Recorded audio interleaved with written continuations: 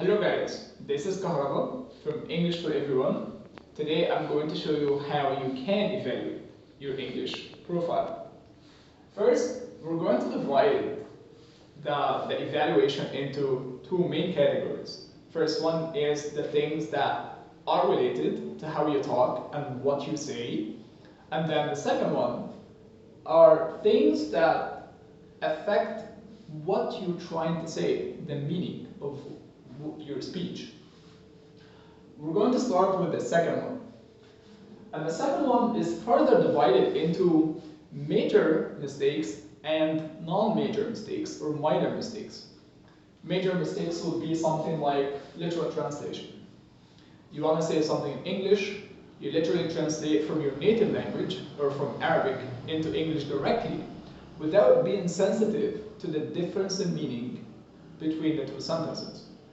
For example, you want to say, please, do not make me embarrassed or do not embarrass me in front of other people. So you say, do not small me. Well, what do you mean by do not small me? Small is not a verb. Small is an adjective. So we have a literal translation mistake and we also have a parts of speech mistake because you used the wrong part of speech in the sentence. You need to avoid doing that. You need to stop doing that. The second one is word choice. And this is about choosing the right word to express your thought.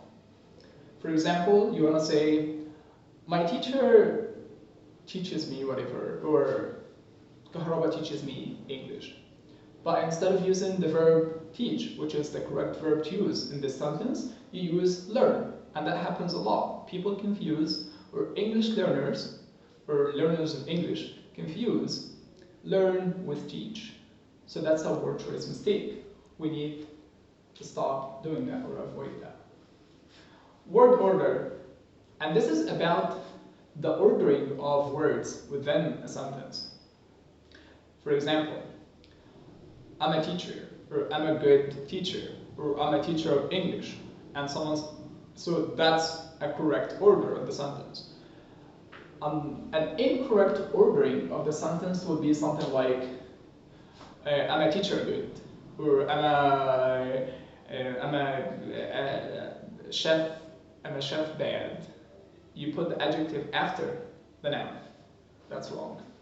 And it's very major. It's very critical. This is why I put it here. The fourth one is about how you transition from a sentence to another sentence, or how you connect sentences together.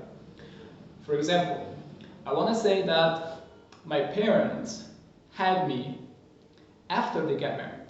So I say, my parents got married and had me. Meaning like then I was born after they got married. But then you can say, you can use the wrong conjunction in this sentence. And you say, for example, my parents got married because they had me. But then that delivers a different meaning.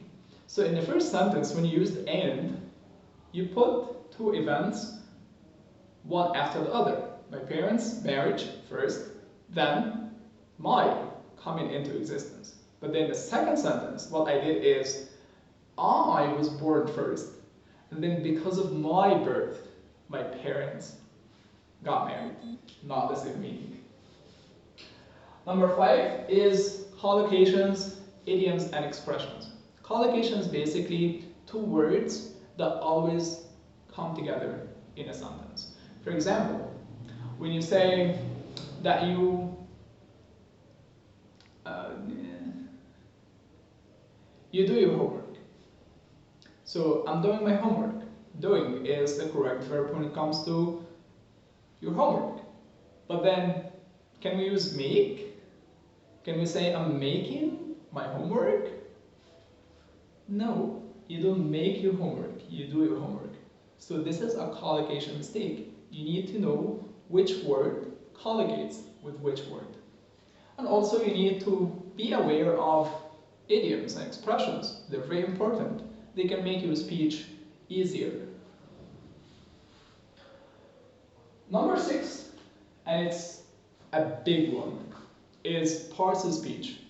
Parts of speech basically the units that constitute English as a language. And some parts of speech in English are determiners. Determiners basically are articles, an and the. So I will give you an example of a very big mistake. You want to say that you met someone that you and I know. So you say, I met the guy. Now I know that you're talking about the guy that you and I know. But then you can make a mistake and then you say, I met a guy. But that's not the same thing, because I met a guy means just you met a random guy that I might not know. So the two sentences are not the same, and what makes the difference is what article you use in each. And then we talked about conjunctions, and we talked about transition, and also quantifiers are important. Some, all, none. Some is not the same as all. All students in the class are clever. That means that every single one of them is clever. But if you say some, that means maybe some are not clever. So your usage of a quantifier makes a difference. Pronouns, so if I'm talking about the girl, I say she, I don't say he because she is a female.